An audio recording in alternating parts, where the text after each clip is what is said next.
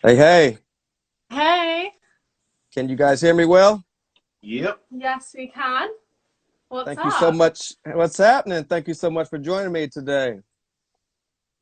Yeah, thank you for having us. I'm excited to do this. No doubt, no doubt. Before we get into a little history about you two and some background, and while everybody's logging on, can you guys tell me briefly how you guys been maintaining during this COVID era going on right now? Yeah, we've been doing pretty good actually, thankfully. We've both been healthy and we've been keeping really creative and doing a bunch of fun projects, practicing, evolving ourselves as DJs and as creative people. Like Rob's upped his editing game. I've started learning other things. Like I think all DJs have had to become sort of like video production sound engineers over COVID. So Right. yeah, we've been busy. We started White Chocolate, which is our sort of official duo. Yeah, do you want to add anything to No, she said it perfectly. that? Just been staying creative, man, and Yeah. Did you guys positive. find it? Did you guys find it more of a blessing or a curse during this time?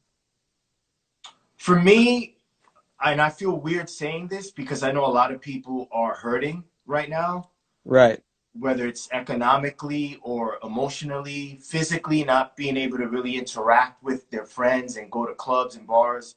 DJs can't play out the way they used to.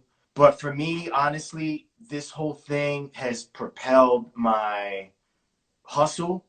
I'm teaching more. I've gotten closer with my girlfriend creatively, emotionally, like the same things that I feel people are depressed about regarding Right. COVID, for me, have been a non-issue. You know what I mean? So Right. I'm just super thankful, man, that I'm okay and that I've survived this whole situation unscathed. Absolutely. For everybody logging on right now, this is History Lesson episode 94. I am with Dilly and Rob Swift, known as White Chocolate. What's Thank you so up? much again for joining me. We're going to do a little background history, then we're going to work our way up to what you two have going on right now. We'll start with you, Dilly. Can you tell us a little bit where you were born and raised? Yeah, so I'm originally from London, Camden, NW3. Represent, and I grew up there listening to London underground music scene, grime, bass music, and just a little Afrobeat, obviously, which is huge in London. And I moved to New York in 2018 to continue my education. And about 5 months after I moved here, I met this one, and then the sort of rest is history. So that's a little bit about me. Yeah. Awesome. What about you, Rob Swift? Take us back to where you're born and raised.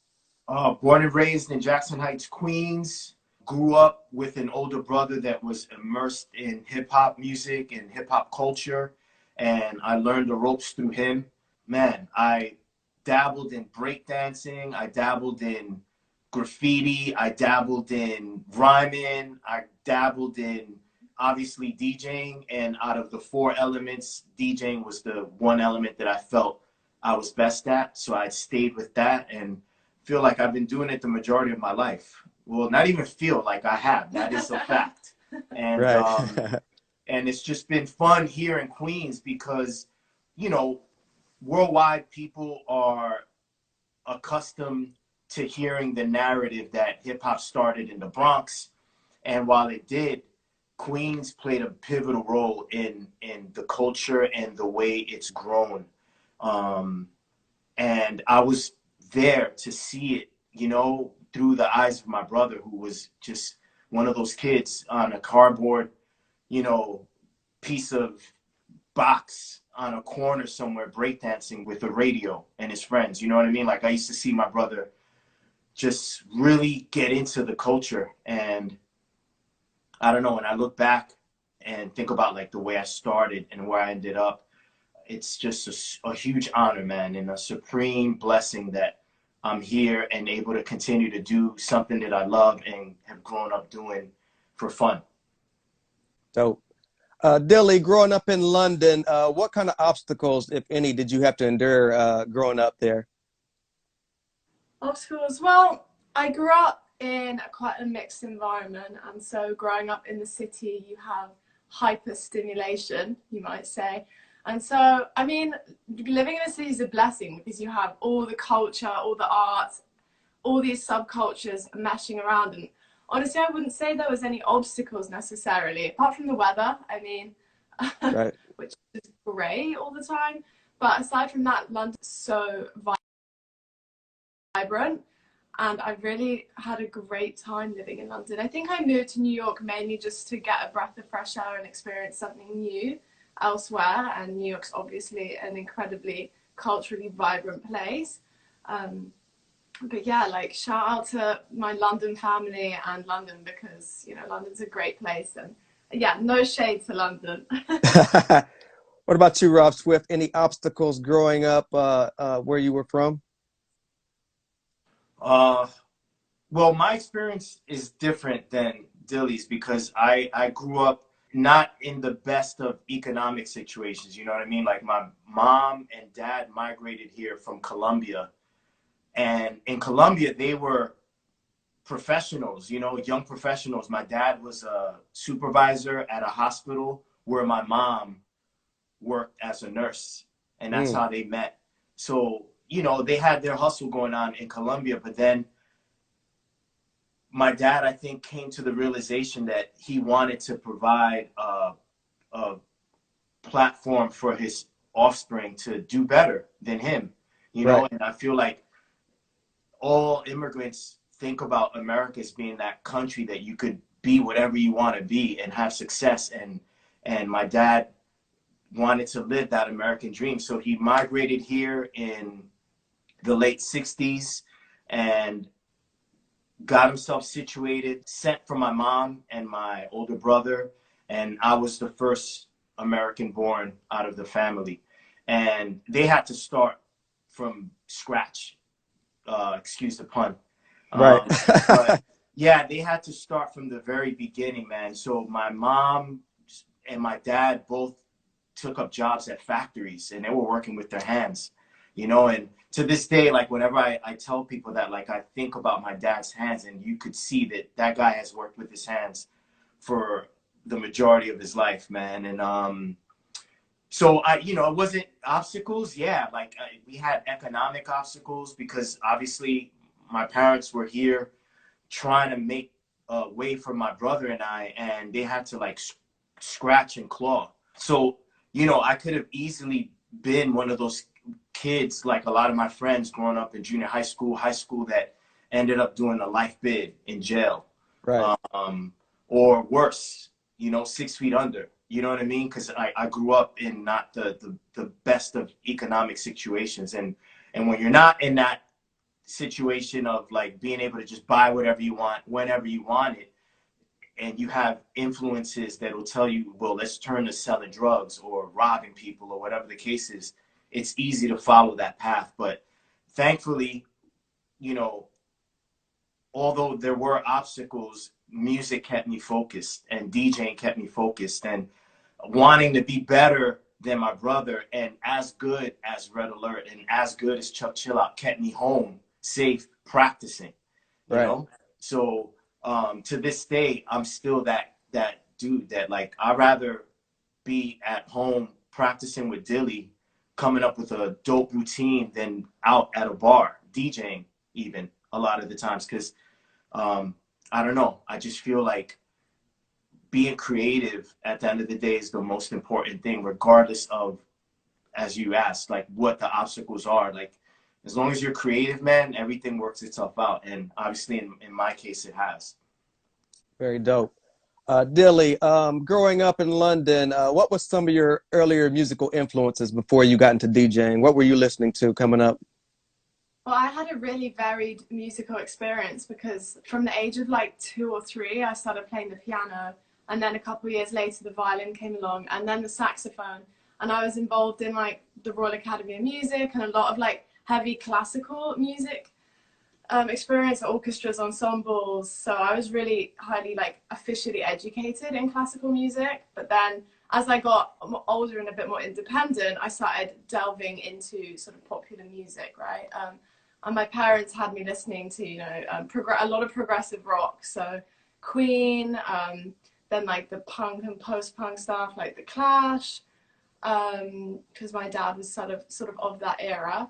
And my mum's Polish, so she has like a lot of interesting music, and she immigrated to England in the right just as the wall came down. So for her, like 80s pop music is like super nostalgic for her. But as an individual, I got onto a lot of grime, a lot of Afrobeat. I remember in the kind of mid 2010s, early to mid 2010s, that was like a lot of grime, a lot of electronic music. I'm not entirely sure how you would describe it, but like electronic, like bassy, like festival music, if you want to put it that way. Right. A lot of underground stuff, and yeah, and obviously I was listening to a bit of hip hop. Like I'm quite eclectic, so I like my 70s soul and funk.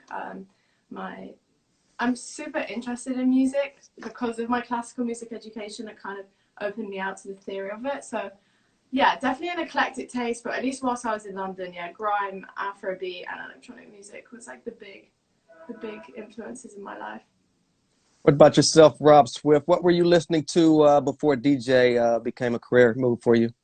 Well, my dad was a DJ before I picked it up. So I have fond memories of my brother and I helping my dad pack his equipment and transport it to churches, halls, people's homes throughout the city and even the tri-state area. We'd go as far as New Jersey sometimes so that he could play out and make extra money to cover the bills, you know? So watching my dad DJ at parties, clubs, I just remember listening to a lot of Latino, Spanish inspired music. So salsa, merengue. In Colombia, cumbia is very popular. So these are the styles of music that I grew up listening to. Every now and then my dad would ask my brother and I, like, what are the new in Spanish? He'd be like, ¿cuáles canciones ahora están presentando por el radio que son buenas? And that means like what songs are being played right now on the radio that are good, that I could play, because it's not like he was really into American music. And my brother and I would tell him about Michael Jackson and Prince and stuff like that. And then he'd go out and buy the records and add them to his, his set. But again, I had an older brother that was into hip hop, and my brother would get a hold of tapes from Grandmaster Flash, Bambaataa, Kool Herc, Cold Crush Brothers, Fantastic Five Freaks, and he'd sit me down and play tapes of Flash cutting up Love Rap by Spoonie G. Or I have memories of like Jazzy J cutting up Big Beat and the Jazzy Five rhyming. Like, I grew up listening to all styles of music, Latin, rock, songs like Big Beat, Billy Squire, Run DMC rapped over it for a song called Here We Go. Those are rock songs. Walk This Way, Peter Piper sampled the jazz song. So whatever the DJs were playing in that era is what I listened to, because again, I was studying this culture. So like Dilly, I have a pretty eclectic taste in music. I listen to everything still: jazz, rock, R&B, disco, soul. Yeah, she and I will be driving to the supermarket and we'll be pumping like some rock sometimes, or soul music. You would think, because we are known for like our DJ theatrics and scratching and all that, that we for the most part listen to hip hop, but a lot of people don't realize that true authentic hip hop is a mixture of all genres of music. And if you are really into the culture of hip hop and understanding music from a DJ's perspective, then you're going to expose yourself to as much music as you can, because the objective is always to be able to cater to any audience, So it's not like you're just going to hear Mobb Deep if you're driving in a whip with me. You're going to hear the songs that Mobb Deep sampled as well. Yeah. Right. Very dope.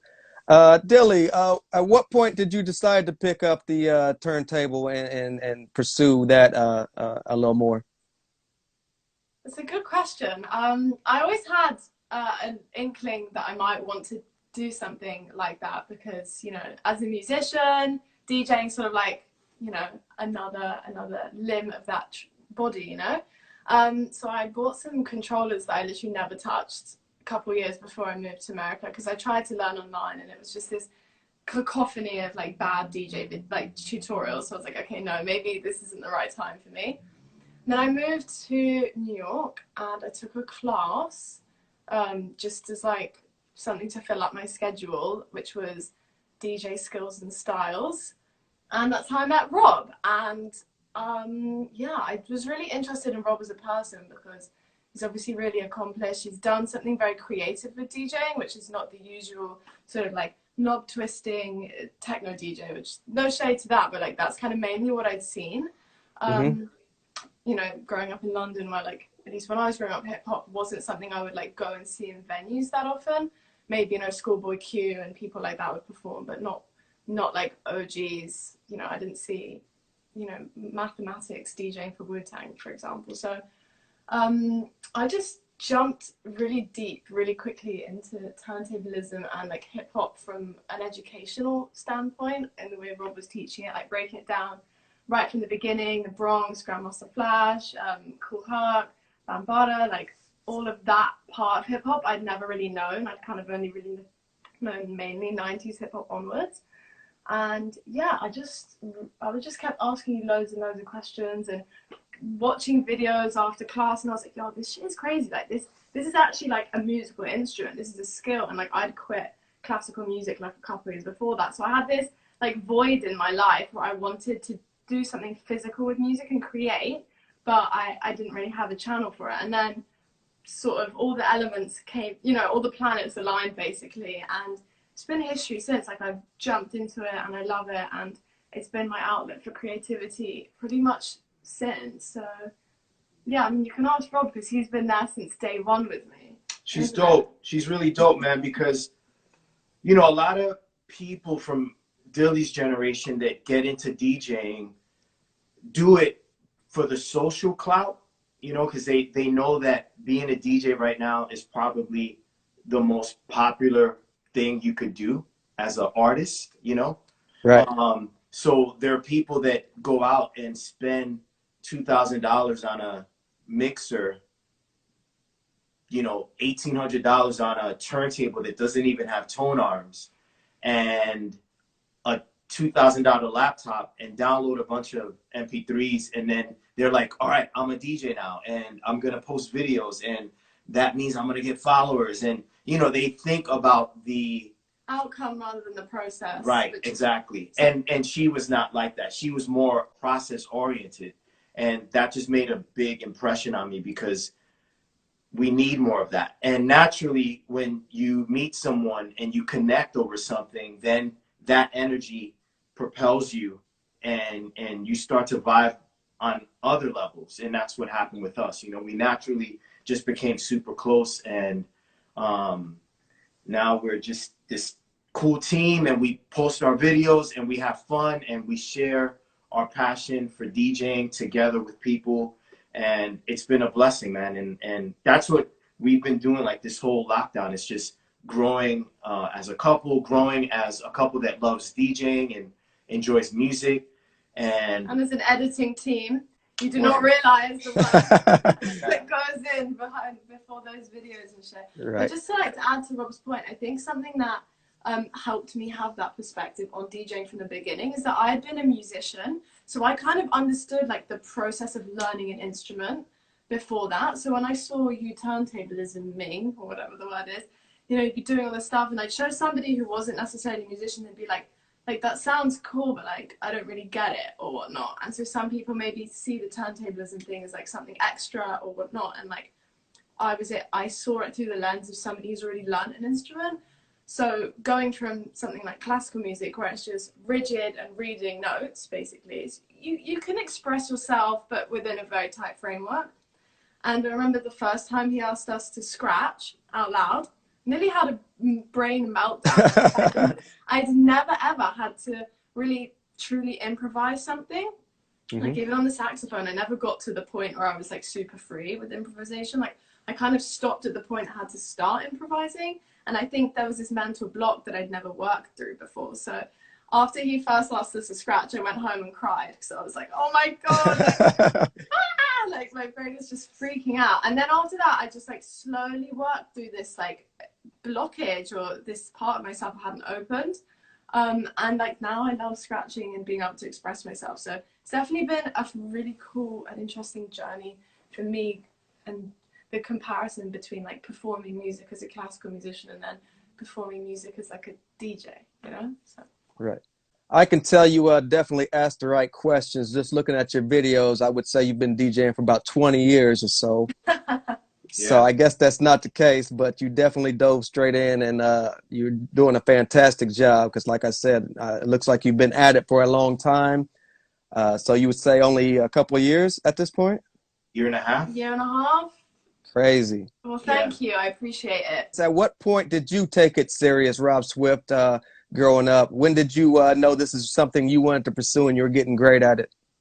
Well, I think I took it serious from day one, right? Like I'm very driven and goal oriented. So if I'm going to do something, before I even do it, I come up with a game plan on how to effectively accomplish what it is that I want to do. So if you ask me to clean your car, before I pick up any kind of cleaning material, I'm thinking, what's the most effective cleaning material to buy? And so that's the way I am in general. So I think I took it serious from the moment I asked my brother I wanted to learn.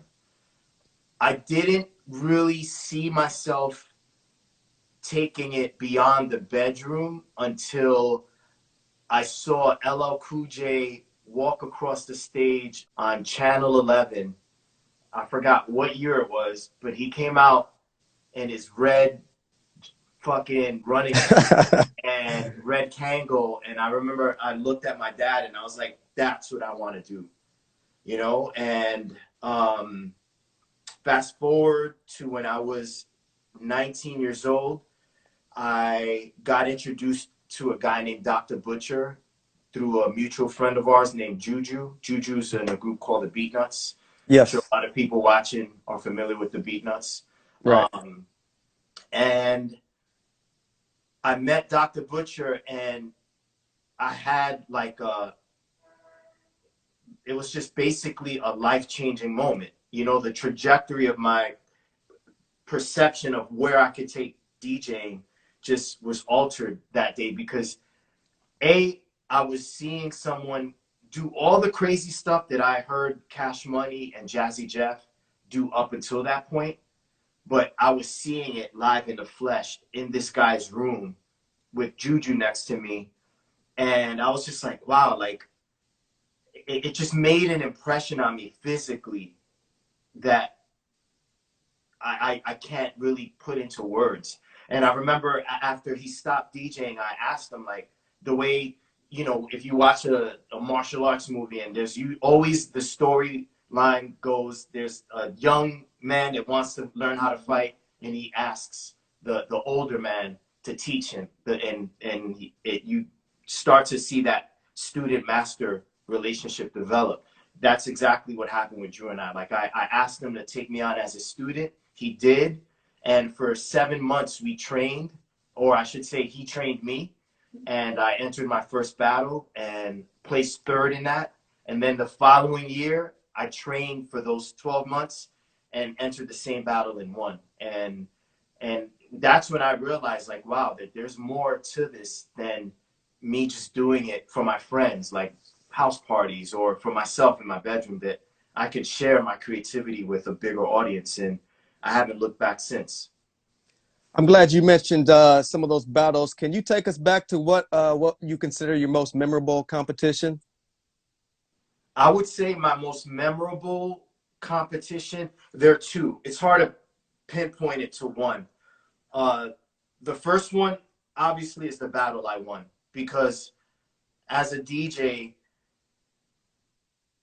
it's not necessarily the idea that I won a trophy or a DMC jacket. It's the fact that I went through the process, as Dilly referenced earlier, of experiencing myself working towards that goal and then accomplishing it, and being able to look back and know that there were obstacles, as you referenced earlier, that I jumped over, and that I didn't let politics get in my way. DJ politics. A lot of times you get in competitions and there's a judge on the panel that has his protege in the battle and votes for his protege, although the protege lost to you. Shit like that would happen. And all those obstacles just, if anything, motivated me to accomplish what I wanted to accomplish even more. So definitely winning the DMC, because I was able to do it. And the second battle that I would say ranks up there as most memorable would have to be when the X-Men, myself, Rock Raider, rest in peace, Mr. Sinister, battled the Invisible Scratch Pickles in 1996. Peace to Qbert, Shortcut, Mixmaster Mike. The three of us battled the three of them, and that was just an epic East Coast versus West Coast battle. Scratchers versus beat jugglers. Again, referencing martial arts, you know, a lot of the storyline in a lot of those movies is like different styles competing against each other and which style's gonna triumph. And that was the prototypical scenario in that battle. You know, you had Qbert, Mike, Shortcut, who were known for their fast scratches and technicality on the cut. And then you had the New York style, the beat juggling, funky, showmanship, braggadocious sort of approach to DJing in the X-Men. And to this day, I always tell people, you know, we battled in two sections. There was a team battle, and there was a battle that we did as individuals. So the team battle was them three at the same time on like 5 turntables going at it, and then we went all at the same time on like 5 turntables going at it. And then later on that day, we battled at another club, and it was individual, one-on-one, head-to-head style. And I always tell people, they won the team battle, we won the individual battle. But overall, that battle, you know, anyone could log on to YouTube right now, go to my YouTube page and watch it. It was epic. And I can't think of a competition before or since that displayed the type of skill that we did. You know, that was an amazing competition. And peace to the Invisible Scratch Pickles, because they really pushed us to practice hard for that battle.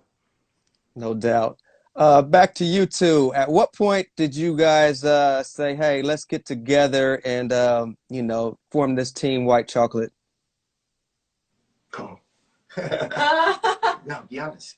Right, so that's a good question. So it's definitely come about this year. I think obviously when I met Rob, I was like a little tiddlywink at DJing. So, you know, there wasn't, we kind of, I think Rob had like this scheme in his head that he's going to turn me into something, you know, as he always has a long game in sight. But I think, you know, Rob had some, I don't know, personal events unfold is probably the best way of putting it, which brought him to sort of reshuffle some things in sort of the list of priorities. And I don't know, you know, life sometimes pushes you in these directions that are uncomfortable, but actually end up being good in the long run. I like to say, like, things that make you grow feel shit in the moment, but then really good afterwards in the long term. But things that are self-destructive feel really good in the moment, and then you feel shit about it afterwards. So it was one of those like growth sort of like universe pushing you in a direction things. And you know, I said to him, you know, if you need somebody to help, or if you know, you want to create something, or you want to have somebody to be creative with, especially over lockdown, like, you know, I'm here. Like, I might not be very good or whatever, but, you know, I'm always here to like just support you and help you bounce ideas off. And then that kind of happened a few times. Like, I said that because it was like a crisis, and I'd be like, hey, you know, I'm always here, you know. Then another crisis, I'm like, hey, you know, like, I'm here. Don't worry, like, shit isn't going to be that bad. And then, yeah, lockdown happened, and obviously it was just him and I, and we just started posting like little videos together. You know, we would do little scratch practice together and sometimes like film it. And then it just sort of like got bigger and better with each video. And then, you know, we got the green screen, and then we debuted on Be Real TV, which is a cool show called the DJ Green Room. And then, yeah, kind of the rest you've probably seen. I don't know, maybe you want to talk about this a little bit as well. So I'm going to be straight up with you, man. Like, people know that I have a partner in crime that I DJ with, Mr. Sinister, and we call ourselves the Odd Couple. And Sin and I, our relationship as friends is deeper than anything that you see on IG or Facebook regarding what we do as DJs. Like, he's a brother to me, and I'm a brother to him. So back in 2018, Sin and I decided to practice together and just have fun, just practice, because Sin was noticing that I was doing things with other members of the Executioners, namely Total Eclipse and a guy named Precision, who was a newer member of the group. And we would tour together and stuff like that. And through mutual friends and acquaintances, it got back to me that Sin felt the way that I was doing these shows with Precision and Eclipse and not involving Sin. But the thing with Sin is that at the time, Sin didn't have a passport. So it's like we would go off to Europe and I couldn't bring him.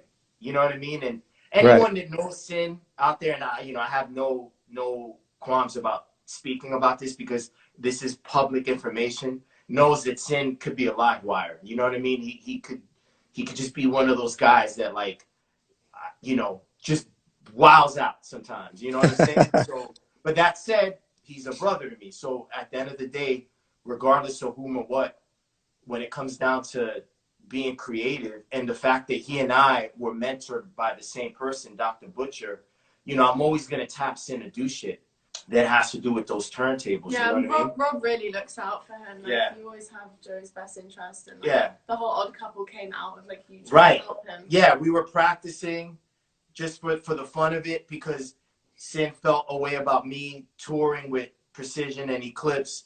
And him not being involved. So I hit him up and I was like, yo, man, come to the house. Let's practice just for fun and post videos just to stay creative, man, and to keep you occupied, So he started coming over. This is 2018.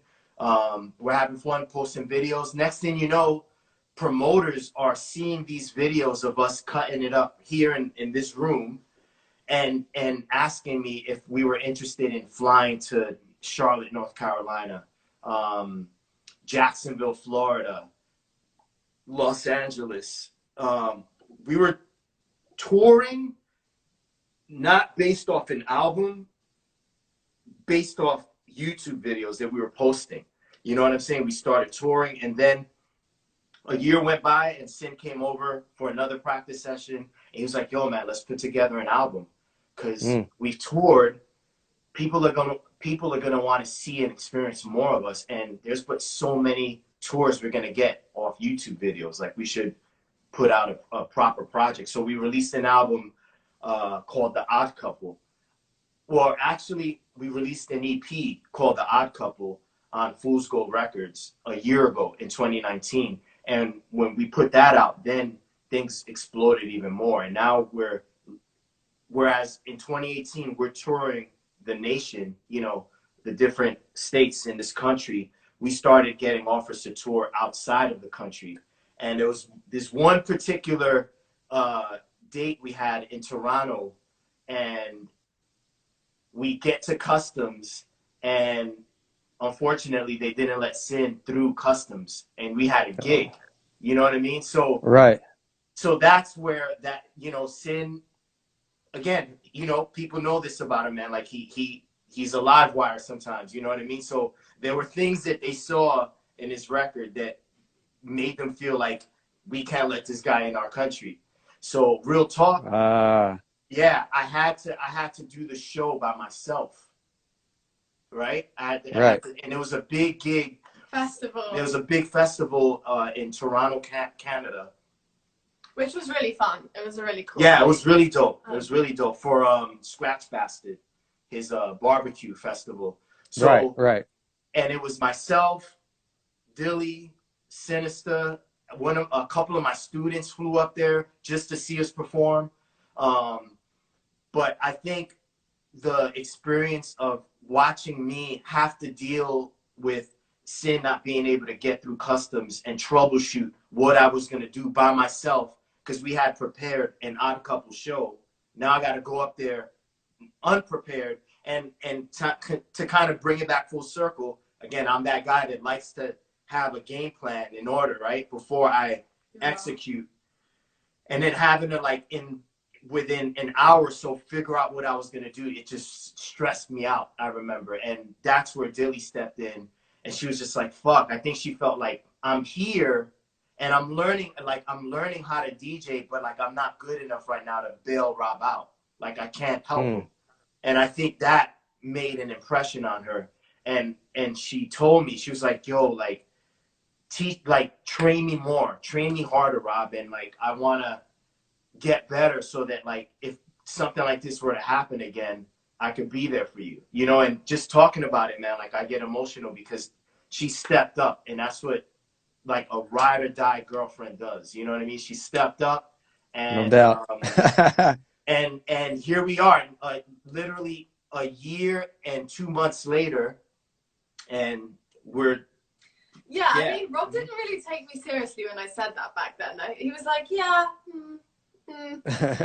when I could like barely do anything, right? I was just learning to backspin, and like just even one beat at a time was like a bit intimidating to me. So actually my growth over the last year is actually insane. But it was, you know, like a few more of those sort of events happened, and then it was really like Christmas this year where I came back from London after my holiday. We went to NAMM, and you know, I just got really inspired at NAMM as well, because there was a lot of really cool NAMM is a convention for musicians, DJs. They showcase all the new equipment, all like the new gear. Yeah. Like from staging equipment, like electric guitars, you had like rock dudes, you had hip hop people. So it's a really cool event just to go to if you're in the industry or if you own a venue or whatever. But yeah, I got really inspired there specifically because there were so many cool female DJs about. Like the West Coast is just bubbling with amazing female DJs. You know, shout out East Coast, but that was like the first time I'd seen everybody like in one room, and I was like, wow, like this isn't just, you know, a couple of dudes much older than me doing this. Like that is a community where I feel I can be like identify with slightly more, and then that kind of jump started even more growth. And then it was really kind of after NAMM, which we started like posting videos, and like I'd also had more experience gigging out towards after that Canada trip or whatever. That second half of last year, I was, you know, getting better at building sets and playing out. And so yeah, it was really this year that we've just jumped on it, and it's been really fun, man. Like we just excelled, and our growth has been quite amazing, I think, in my humble opinion. But you know, but all that said, I'm still rocking with Sinister. We just released an album. We just released an album on Fat Beats called Against All Odds, and our mentor, Dr. Butcher, executive produced it. We released it this past Friday, October 30th. And I'm just happy that that relationship I have with Sin, that creativity is still there. But I also get to experience myself as Dilly's boyfriend being creative too, you know? And I'm not just putting all my eggs in one basket, you know what I mean? So I'm able to now have another outlet for my creativity.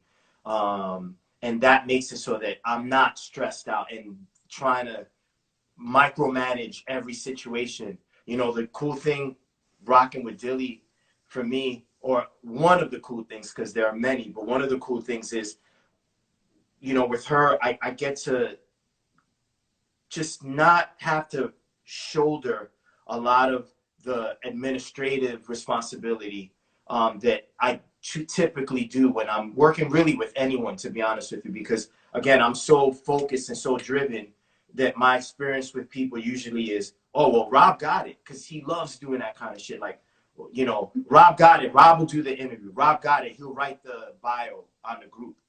Right. Rob got it. He'll edit the video. Rob got it. He'll create the social media page. He'll run it. You know what I mean? Like, that's always been my experience. And with Dilly, it's been more of a, let me help you. I'll create the animation for this video today, or I'll write the caption for this post, or I'll, you know what I mean? So we share a lot of the responsibility, and it makes it easier on me because, you know, a lot of people may see the videos, regardless of who it is, you know, ISP, Beat Junkies, X-Men, White Chocolate, whatever it is, Odd Couple. And the video is there on their smartphone, and they don't realize all the work they went into it. You know what I mean? And someone Right. or a team of people in an ideal world is doing all that work. Multiple people are working together, but there are times in my case where it's just me doing it. You know what I'm saying? So rocking with Dilly has been awesome because we're a true team, and it's like 50-50, man. We help each other. Can you tell us a little bit about your guys' creative process? Yeah. Our creative process, I guess, like, we usually start building. One of us will have like a very broad idea, and then we're like, oh, what do you think about doing something like this? And then one of us might have to, yeah, maybe, like, not take it too seriously. And then once we do decide, you know, one of us convinces each other that it'll be a good idea. And then, you know, we start with kind of like a general theme or something to work around. And then we'll come up, I don't know, but like, for example, I guess we should be specific, 'cause it's kind of, each one is slightly different, right? But like for the Warriors video, for example, that we did the other day, I was like, yo, it's Halloween, let's do something. And Rob was like, Right. oh, I'm not painting my face. And I was like, I so am. But then, you know, idea for the Warriors, because, you know, the baseball Furies, the Mets, all of that. And then, you know, we brainstormed, we were driving somewhere, and we start thinking about what songs we want to use, and then what drums we might want to use. And then we really don't have a full idea until we jump on the turntables. And then we usually figure out our little patterns within, like, honestly, like a few minutes, because we kind of now have a chemistry that we've built together. And then it comes down to practicing it, and then filming it, and then editing it, and that's like a whole another piece. But definitely like brainstorming, and then just vibing with each other, and just feeling out how the music's feeling, how we're feeling, what we can create together, because we do have a kind of flow, don't we, when we jump on the turntables. You probably have a better answer for this question. No, you answered it perfectly. It's just chemistry and trusting that whatever the idea is, it will come to fruition if we just kind of put one step in front of the other, and are patient and have faith about the idea coming together eventually. So it's nothing that, you know, we really stress over. At least I don't. I feel like when I have an idea, whether it's with White Chocolate or with Mr. Sinister, the Odd Couple, some solo work, I have so much faith in myself and my creativity that, you know, I know the idea is going to develop and be whatever it's supposed to be. It's just a matter of me putting one step in front of the other. So the creative process with Dilly is pretty much the same. Yeah, a lot of openness. Like, you have to be open to like trying ideas and like receiving ideas and like going with the flow, because creativity is like such, you have to be in like the right state to kind of achieve that kind of true flow. And so a lot of it is just like being open and bouncing off each other and not overthinking it, and just taking it, as Rob says, it's like mantras, just one step at a time. And, you know, just having fun with it as well, because it's really important to enjoy what you're doing. And if you're not enjoying it, or you're overthinking it, or the intention behind it is wrong, then the whole process is going to be off from the start. So just going into it with like fun, and yeah, just like have fun with it, really. It's like an underlying theme, I think. What is it about you two that separates yourself from the other duos out there, you think? I think you mean couple duos or duos in general? Duels in general. We're not gonna, you know, say, oh, she's a female, she can't go up against a guy. I look at you guys all the same. You know, I think she's better than Right. a lot of the male DJs out there. So, you know, I don't like separate. You know, I think she's you know, dope to go against anybody. So, you know, what do you guys think is separates yourself from other duos out there? Well, I think the one thing that stands out for me is just we are from different generations. So I think as a result, for example, when I work with Sinister, I feel like, all right, he sees it my way. We both have the same perspective. We both have the same approach to this idea. So there's no issues. But there are times when I'm working with Dilly that being that she's younger, she's coming from a different generation. She provides for me a different outlook on something. And then that helps me grow as a DJ because I'm not just doing it the way I've been doing it with Mr. Sinister all along. And for me, that's the one thing when I compare myself as a partner of hers in this DJing thing to like other duos or just other groups in general, other DJ crews. I think that's the one thing about this connection, this union that stands out and makes it to where we are different from others because we just come from completely opposite generations. Mm-hmm. But that said, it works in the end. You know what I mean? And I feel like I'm a better DJ in the last year and a half because of my relationship with Dilly. You know what I mean? Just my outlook on gear, technology. It's just different because I have someone that I trust and that I know is smart, getting me to have a different perspective and outlook. Yeah, and I wonder if like because we're so different, even like skill wise or from like just basically every single thing that you put us into a category of, we are like different. And I think because of that, like we grow a lot because of that. Like I have to grow to like try and match his skill as you know as much as possible, or hold my own at least next to him, and that propels my growth a lot. And then with him, like he's got his own sort of thing going on where I'm different to him, and then he has to grow in ways he wouldn't have expected to kind of do, you know, kind of join, right, and meet in the Right. middle. And so, like I wonder if like other groups kind of have a lot more in common, or they're of the same age, or they're of the same, they're kind of, their environments were very same, that's how they know each other or whatnot. And because we are so different from different walks of life, generations, races, sexes, ages, everything, I wonder if that creates like a very kind of new and it's amazing like energy between us. Well, it does. I don't even think it's a question. I think it does. And I feel like in the last year and a half, you've facilitated a pathway for me to reinvent myself, reinvent my connection to DJing, and then make it almost not new, but just different. So I get to experience it in a way that I haven't. You know, I've been doing this for a long time, and my career is pretty extensive. You know, so Right. being able to now experience working with you has allowed me to see other things about DJing in a pair or within a group or just DJing in general. You've made it so that I could see things slightly differently than I have in the past. And so now you're investigating that and discovering and exploring these new questions, you know what I mean? And that's what keeps it fun. And that's why I'm still around. I've managed to always been blessed with people that have walked into my life that helped me reinvent and look. It never gets boring.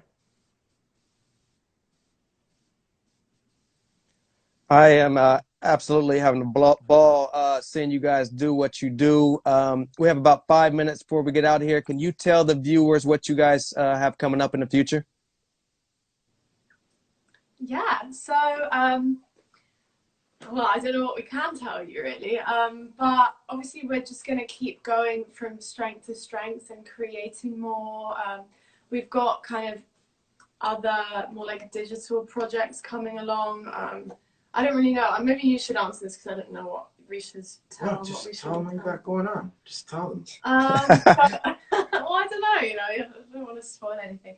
So I'm launching a podcast like this week or next week. I'm in the process of just like finishing editing and all of that, like a webcast. And like for now, it's called Breaking It Down with Dilly, and the kind of first series, if you want to say, like, is with female DJs, and we just talk about like the creative process, just hold space for that female narrative a bit more. So everything hip hop, everything turntablism, but just inviting kind of speakers that I personally think are really dope and inviting conversation.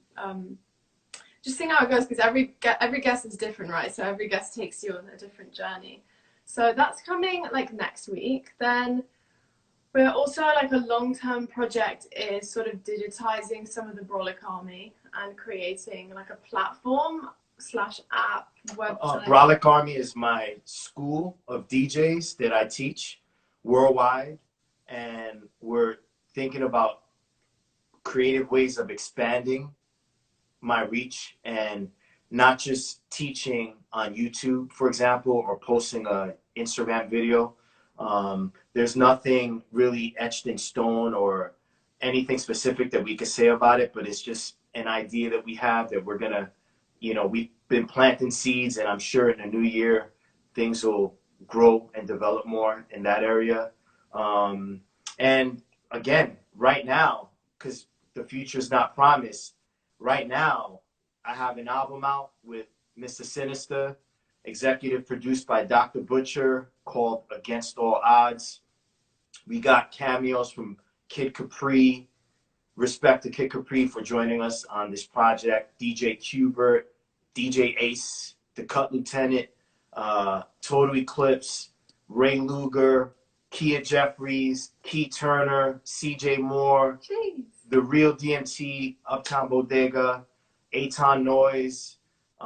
It's on Fat Beats Soul Spasm Records. You could purchase it on all digital platforms. You could download it, stream it on YouTube, everywhere. And also, I'm currently running a DJ battle for my students called the Civil War Brolic Army Battle for Supremacy. This is the 4th year that I've done the battle, and if you visit my IG page, or if you make your way over to @BrolicArmy on Instagram or on my YouTube page, you'll see videos of all the competitors. This weekend, the battle kicked off, and I've been posting the videos from my students of their preliminary round entries.